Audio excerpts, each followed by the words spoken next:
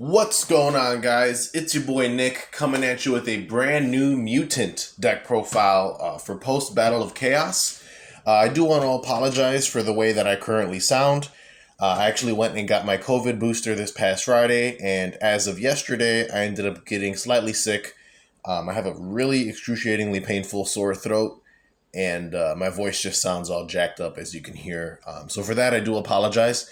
However, for those of you that are new to the channel, welcome. My name is Nick. I upload deck profiles, deck discussions, and live duel videos. So if that's something that you guys are interested in, feel free to hit that subscribe button and leave a like and comment on this video. As far as Mutant is concerned, they did get new support out of Battle of Chaos, which is the most recent mainline booster set that was released. And this support is actually really strong. So strong, in fact, that I think that Mutant actually is a really good, viable rogue deck this format. But again, we'll explain all that in further detail as we jump into the profile. But with that being said, like and comment below, and let's get into this pure Mutant deck profile. And hopefully you guys like some of the spice that I decided to tech in for you today. We'll start off with the monsters as per usual. We are going to be rocking with triple copies of Mutant M-05. This is going to be your main starter or extender, depending on the hand. Basically, upon normal or special summon, you get to add a mutant monster from the deck to your hand, except a copy of M-05.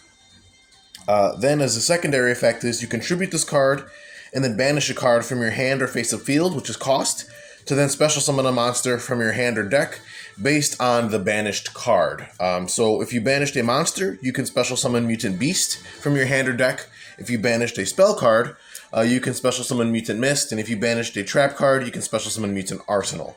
Now we'll get into what each of those cards do later, but for now, just understand that M-05 searches a monster on summon, and as a secondary effect, can tribute himself and banish a card to special summon any one of either Beast, Mist, or Arsenal from hand or deck, based on the card you banished. So M-05 is really important to the strategy. Up next, though, is going to be triple copies of Mutant ST-46, which is, I would say, is like your other starter in the deck. Just like M-05 on normal or special, you can add a mutant spell or trap from the deck to your hand. And then the secondary effect is completely identical to M-05, where you can tribute itself, banish a card from your hand or field, and then special summon either Mutant Beast, Mist, or Arsenal, depending on the type of card that you banished. So M-05 and ST-46 go hand in hand. Something to note is that they are both Psychic type and Water attribute, level 2 and level 3 respectively, so they are E-Telly targets, which E-Telly did get bumped up to 3 on this most recent ban list, which is pretty cool because it's a good buff for the deck. But ST-46 and M-05 are the main ones you want to be seeing, to start your plays off and whatnot. But newly added to the theme is going to be triple copies of Mutant Mutant. Kind of upset with Konami with their TCG name translations. This card was called Mutator, Mutant Mutator in the OCG, and I don't know how they botched that up and wound up calling it Mutant Mutant for the TCG, but it is what it is. This is brand new out of Battle of Chaos and a card that puts this deck way over the edge, in my opinion. It is a level 1 Water type or Water attribute Psychic type monster. If you control a mutant card, you can special summon Mutant Mutant from your hand.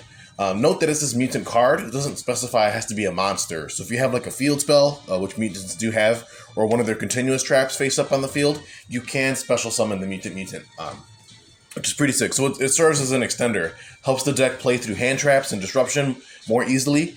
Very good card. It's exactly what Mutant needed. It's just like an additional extender to keep their reliance off of their normal summon if it would get like disrupted in some way. Secondary effect, though, is somewhat similar to M-05 and ST-46's, except instead of banishing a card from your hand or field, you can actually banish a mutant card from your deck as cost. So what he does is his secondary effect is he tributes himself, and then you can banish a mutant card from your hand or deck to then special summon the appropriate mutant boss based on the card you banished. So if it's a monster, summon Beast. If it's a spell, summon Mist. If it's a trap, summon Arsenal. What makes Mutant Mutant so unique is the fact that M-05 and ST-46 have to banish cards either from your hand or field to be able to summon their boss monsters, whereas Mutant Mutant can banish mutant cards from deck instead, which makes it so that you don't necessarily have to neg yourself so much in hand advantage to get your level 8s on board. So Mutant Mutant honestly is like literally the best support card that these guys could have gotten, and I couldn't be happier to see it in the deck, and you definitely want to see it. So that's why we're running 3 copies. But moving on, we play 2 Beast, 1 Mist, and 1 Arsenal as our level 8 targets. Beast, in my opinion, is the best one, being a spell negate and banish as a quick effect. Mist, if a trap card is activated, you can banish a card from your hand or field, and then draw 2 cards. So it's like a Pot of Greed against like your trap matchups like Eldritch. It's really, really strong. And then Arsenal, if a monster effect is activated as a quick effect, you can target a monster on the field and banish it. So they all have quick effects that can be triggered during either player's turn, which is really nice. And they all have individual protection. For example, Beast cannot be targeted by monsters, Mist cannot be targeted by spells, and Arsenal cannot be targeted by traps, which makes it so that like your Infinite Impermanences, your Dogmatic Punishments, your Phantom Knight Fogblades can't target this, Forbidden Chalice can't target this, Effect Veiler can't target this. So it's pretty cool. And they're all really beefy stat-wise, and they're all different types and attributes, which is pretty cool. Beast is an Earth Beast, Mist is a Wind Spellcaster, Arsenal is a Fire Machine. All of them are level 8s, and they can all be special summoned from your hand or deck off of your small level mutants, which is pretty cool. So you basically have a mutant for any kind of matchup you need. I get your spell heavy matchups. Beast is great. Trap heavy matchups. Mist is good, and then Arsenal is just your generic all around. Every deck is playing monsters, so Arsenal is always that good 3K beat stick to put on field and disrupt your opponent's plays. So I play the 2 Beast, 1 Mist, 1 Arsenal. You can argue that you can just play 1 of each. However, now that Mutant Mutant exists, I think playing 2 Beast is the correct ratio. Granted, it sucks when you draw these cards because you can get them out of deck, so you really don't want to draw them necessarily. So in some cases, playing higher ratios of each is bad, but I think having at least 2 Beasts, 1 Mist, 1 Arsenal is more than enough. Some people can argue that they don't even play Mist, stating that it's the worst of the bunch. However, I feel since we're going into a trap-focused or control-heavy format, I think trap decks are going to be on the rise, especially with skill drain at 3. So I think Mist is definitely more valuable now than it's ever been in the past. Speaking of skill drain, while we're on the subject, I personally feel that this deck is very good as a rogue strategy, simply due to the fact that it's one of the few decks that I know of, outside of Eldritch obviously, that can play under skill drain extremely well. Most decks, when a skill drain gets flipped, they just kind of auto-lose unless they have an out to it. This deck isn't the case. We can actually play under skill drain quite easily. Simple reason is that all of our little guys, the small level ones, they tribute themselves for cost for their secondary effects, which means that they will always resolve under skill drain since they remove themselves from the field. So even if we're under skill drain, we can still activate both M-05 and ST-46's secondary ability, which will allow us to summon any one of these level 8s from our deck or hand, even if we're under skill drain. And then to make matters worse, the level 8s can also banish themselves as cost to trigger their own individual effects. Again, Beast being a spell negate and banish, Mist being a free Pot of Greed, and Arsenal being able to target a monster and banish it, all at quick effect speeds across the board. So they can they can banish themselves as cost, which also plays around skill drain as well. So this deck against skill drain is not that bad. If we're going against like an Eldritch matchup, for example, and they skill drain us, we usually don't really care all that much because we can play under skill drain just as easily as they can. So with that being said, let's move on to some of the non-archetypal monsters. We are playing triple D-Shifter as our hand trap of choice. D-Shifter obviously is very, very strong, just being a macrocosmos in a hand trap form. It stops so many decks in the format, decks like Eldritch, Phantom Knight, and whatnot. It's just such a great hand trap overall, and I would never ever consider cutting this for any reason. It's just too good not to play. So triple D-Shifter. Then moving into a spicy tech choice I like to run is 2 copies of Lord of the Heavenly Prison. Since we are playing a pure mutant build and it's more trap focused, Lord of the Heavenly Prison is just really strong in this deck, being able to use this card's effect to protect our set back row from being destroyed or blown out by cards like Lightning Storm or Harpy's Feather Duster. Then himself being able to special himself when a set card is spell traps activated, and then also being able to set a spell trap from your deck to field, helping increasing this deck's consistency and overall power is just something that can't be ignored. I've toyed with the idea of playing a third copy. However, I don't want to see too many of this since I don't want to necessarily brick on it. You know, we do play like the level 8 mutants, which are inherently like soft garnets themselves. We don't want to add to like the brick count by running like too many high level cards. So I think 2 Heavenly Prison is the perfect ratio in my opinion. I mean, if you want to play 3, then by all means, there is no right or wrong necessarily in deck building. But just from my experience, I found that just playing 2 copies has been more than sufficient. So 2 Lord of the Heavenly Prison I think is really good, at least in the pure variant where you're playing more like floodgates and trap cards. Is really strong. But moving into the spells, we're on 2 copies of the field spell, Mutant Evolution Lab. This card is great. Some people play 1, some people play 3. I think 2 is the perfect number because you can search it easily off of your ST-46 as normal or special summon. And when this card's activated, you get to special summon a level 4 or lower mutant that's either in your hand or that's banished. But it's only on activation, so this can also function as a pseudo extender for you, depending on the game state. But you usually don't want to open with this necessarily, unless your hand is like absolutely cracked. Secondary effect is all mutant monsters you control gain 100 attack for each banished mutant card with a different name. It comes up every now and then, just makes some of your cards like extremely difficult to hit over. And then the third effect is you can place a mutant monster from your hand in the bottom of the deck to then draw a card. So if you do happen to draw one of your high level mutants, you can at least mulligan it back and get a free draw. So 2 copies of Evolution Lab is pretty cool as a field spell. Then we're playing the 1 copy of Mutant Fusion in the main deck. Mutant Fusion functions like any normal like polymerization type of spell, where you can fuse using materials from hand or field. However, if your opponent has activated any card or any effect during your turn, you can also use 1 material each from either your deck, and you can also banish material from your graveyard as well. So this, assuming your opponent has activated anything on your turn, this card becomes a pseudo Shut-Off Fusion and Miracle Fusion all in one, because you're able to fuse using materials from hand, field, deck, and or graveyard, which is pretty nuts. So really strong. Then we're on the 1 copy of Mutant Blast. It's just an equip spell. We play this just to deal with like weird like threats, you know, stuff like Dragoon, because what this does is you equip it to a level 8 or higher mutant, and then at the start of the damage step, if that monster battles an opponent's special summon monster, you can banish it. So think something like Dragoon, where like most rogue decks tend to struggle with cards like that. This is just an easy out for Dragoon, assuming you've baited it to negate somehow. You can just equip Blast to any of your level 8s, enter the battle phase, swing, and as a start, you just banish the card. And again, I'm just using Dragoon as an example. You can use this to out any annoying threat. Even like Eldritch, if you don't want Eldritch to continually keep going back to grave, you can just equip Blast to something, attack into Eldritch, and then at the start of damage step, banish it. So it's pretty cool. I think 1 copy of Blast is sufficient. Then we go on to triple copies of Emergency Teleport, newly unlimited on the most recent ban list.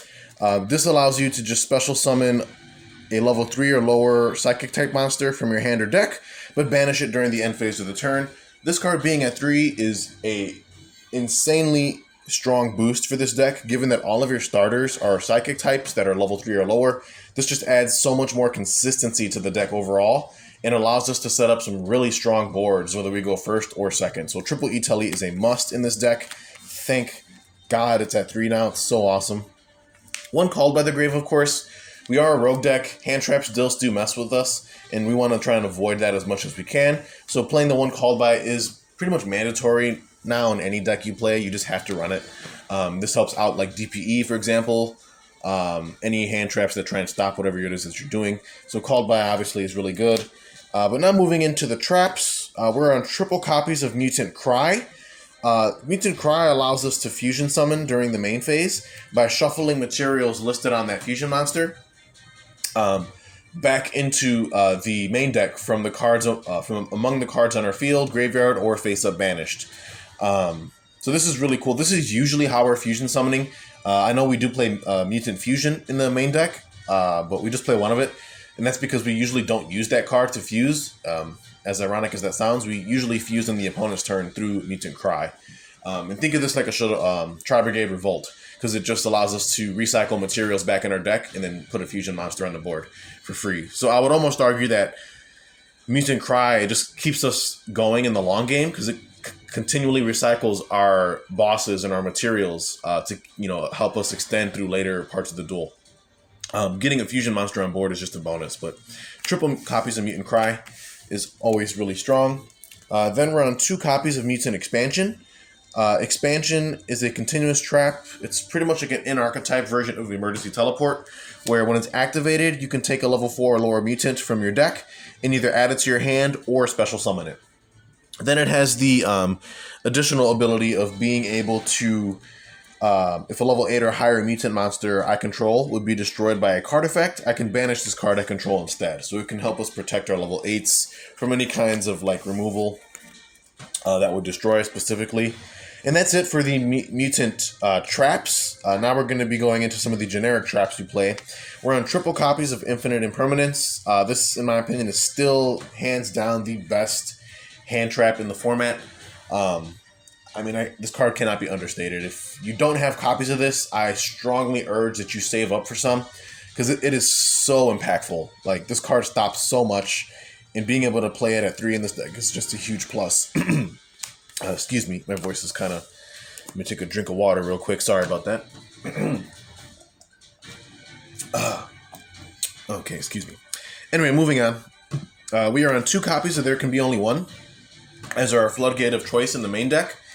Tikiboo, as it's often called for short, pretty much just wins you games. There's so many decks in the format that are like monotype. Decks like Phantom Knight, decks like Sword Soul, decks like Thunderies. They're all playing the same type of monsters, Wing Beasts, Worm, or Warrior, specifically for those themes. And Tikiboo just shuts those strategies down completely, where they just cannot play whatsoever. What's cool about Mutant, though, is that we play a lot of different types. Yes, all of our low-level guys are the same type, being Psychic, but all of our level 8s are different types, being Beast, Spellcaster, and Machine, respectively. So even under Tikiboo, we can play around it extremely well. As long as we just keep one Psychic on our field, we can keep tagging into our level 8s and then putting other Psychics on board. And no matter what the situation is, we can always make it so that we never have the same type on our field. So Tikiboo is just a really, really strong floodgate, in my opinion. It just stops so many decks. So being able to main deck it is just a plus for us. Then moving on, we are on 2 copies of Paleozoic Dynomishes. This card is actually really underrated, in my opinion. It's a very good card, especially this format. Being able to out threats like Skill Drain, any problematic monsters on field, or like things like Mystic Mine as well.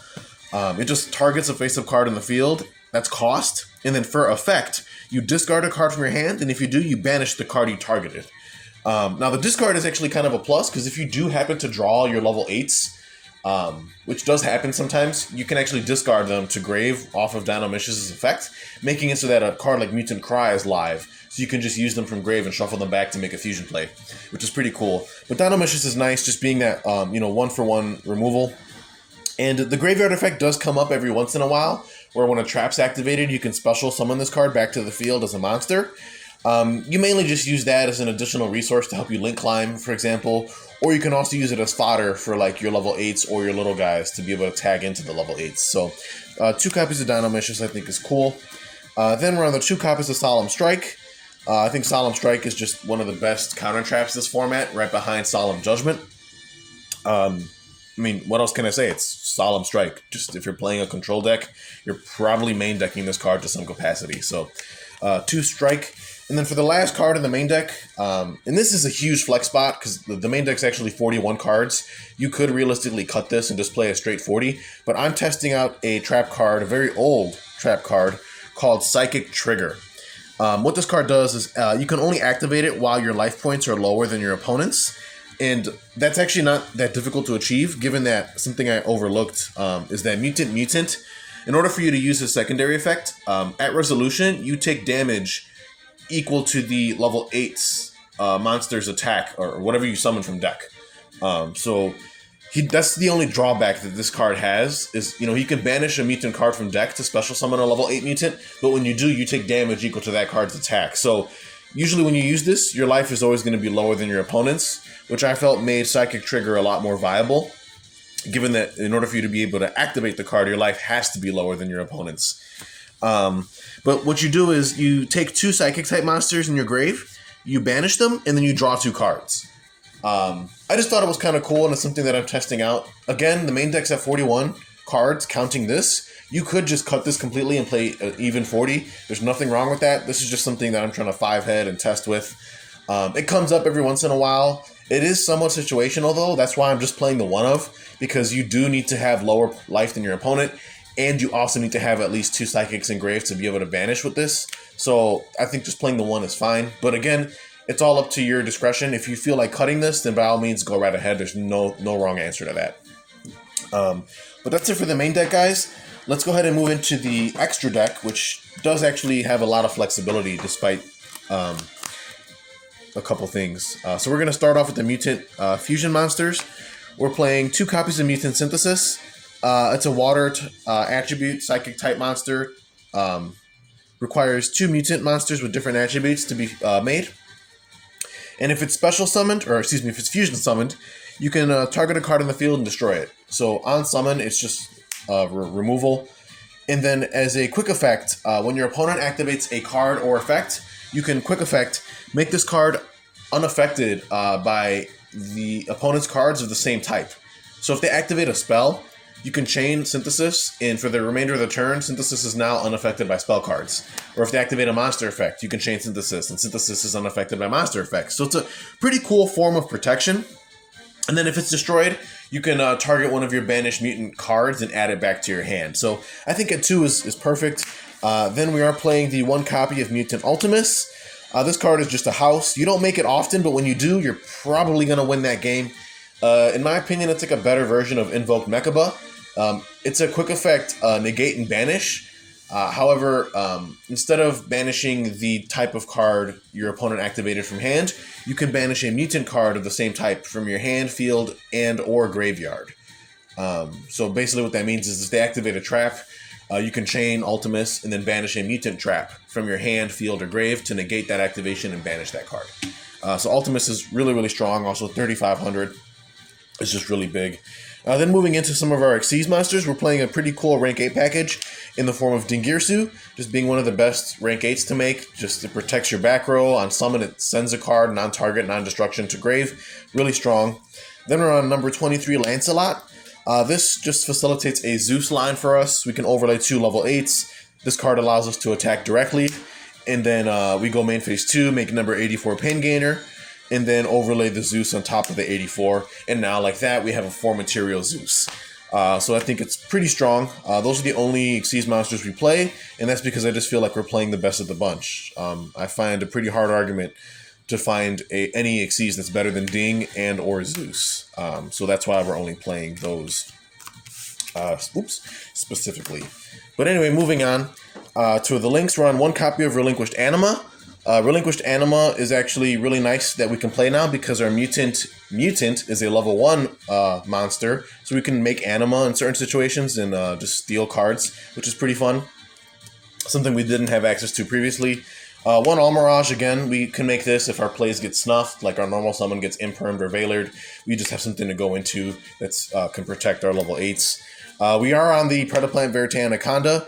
However, I would argue that this actually is a flex spot. If you want to cut Verite and run any other link, generic link 2, by all means, feel free. We do play this, but honestly, it rarely comes up.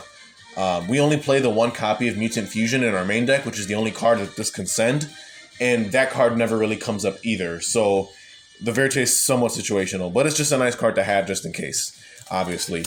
Then we're on 1 Iria the Water Charmer, because all the low-level mutants are water. So again, it's just a nice generic link we can make if our plays get disrupted. 1 Knightmare Phoenix, of course, again, just another generic link to make if our plays get snuffed, or if we got to deal with a Floodgate or a back row we just want to out. 1 copy of Knightmare Unicorn as the link 3 of choice. Again, we don't really make these cards often, but this is just like utility to have in the deck in case we need. But moving on, we are on the 1 BLS Soldier of Chaos. This we actually do make quite a bit. and it's just a house. It's very difficult for other decks to out, being untargetable and indestructible. If we use it, if we make it using a level 7 or higher monster's material, it just gains attack. It can banish cards. It's just overall a really insane link. And then for the last link we play, which is again another flex spot, is one copy of Topologic Zeravoros. It's a link 4. It does have synergy with the deck and how the playstyle works, but it's just a card that we seldom go into. So honestly, if you wanted to cut this and play something else, you by all means could. There's a lot of flexibility here in the extra deck. But with that being said, though, I know that this is technically a budget profile because Mutant is, for the most part, pretty cheap. If you wanted to cut the Zeravoros, a good card for consideration would actually be the DPE package, which I have been testing with for a bit. I chose not to run it in this profile just because I kind of was sick and tired of seeing Celestial and Dasher in my hand. But we already played the Verte in the main deck, or the extra deck, I mean. So it's not too hard to just cram a Destroyer Phoenix Enforcer in there. You would cut the Zeravoros, play the Enforcer, and then in the main deck, you would cut Psychic Trigger and cut both copies of Dynomishes, and then play these 4 in the main, and it would basically bump the deck up to 42 cards, but you'd be playing DPE as well. So if you wanted to do that, that is a route you could take. Obviously, DPE is a really strong card, but at the same time, I am aware that it's pretty expensive right now. So I totally understand if you're watching this profile and you don't have access to this card. There's no right or wrong. You do not need DPE to play Mutant under any circumstance. It's just a choice. If you have access to the card and you want to mess around with it and throw it in, then by all means you can, but it's not required. So just something to bring up. Anyway, moving on to the side deck now. We are on 1 Lancia in the side, 1 Pankratops. We're on triple crossout Designator, mainly for the Lancia, because Lancia, out of all the hand traps in the game, Lancia is really the only card that hurts us. So like post game 1, once the opponent realizes how the deck functions or how it works, they're probably going to side Lancias if they have it. And then that's when we side in our triple crossout in the Lancia to be able to play around it. So that's why we do that. Then we're on triple Galaxy Cyclone as our spell trap removal of choice in the side. You could play whatever you wanted. I'm just playing Galaxy Cyclone because I think thematically it fits the theme, given that mutants are like aliens from space and whatever. I mean, you can play whatever you want. Galaxy Cyclone is still pretty cool, though. Then we are actually on the 1 Fury of Kairyu-Shin. This allows us to search a Torrential Tribute from deck to hand, and if a water monster we control will be destroyed by a card effect, we can banish this card from graveyard instead. So since all of our mutants are the low-level guys are water, and the Synthesis, which is our fusion boss, is also water, we can use this to protect it. We're on triple Evenly Matched to help us with going second. I think Evenly Matched is one of the strongest cards you could be playing in the side of this format. It's just a total blowout. And then we are also on 2 copies of Torrential to be able to search off of our Fury of Kairyu-Shin. Torrential is always nice, just being able to sweep the board whenever you want. And for the last card on the side is 1 copy of Macrocosmos as our floodgate of choice. Again, mutants don't really care about their stuff being banished. They, in fact, somewhat encourage it. So playing the macro on the side is a plus, given that macro tends to screw with a lot of other decks. But that's pretty much it for the profile, guys. Again, this was pretty much pure mutant control. So let me know what you guys think. I personally feel that it's pretty strong. I've been testing it a lot, and it's been doing pretty well. I'm looking forward to taking it to local sometime soon to see how it does. But with that being said, guys, hopefully you enjoyed the profile. Again, I do apologize for the way my voice sounded during the recording. But yeah, stay tuned. Leave a like, comment, subscribe, and hopefully everyone has a great day.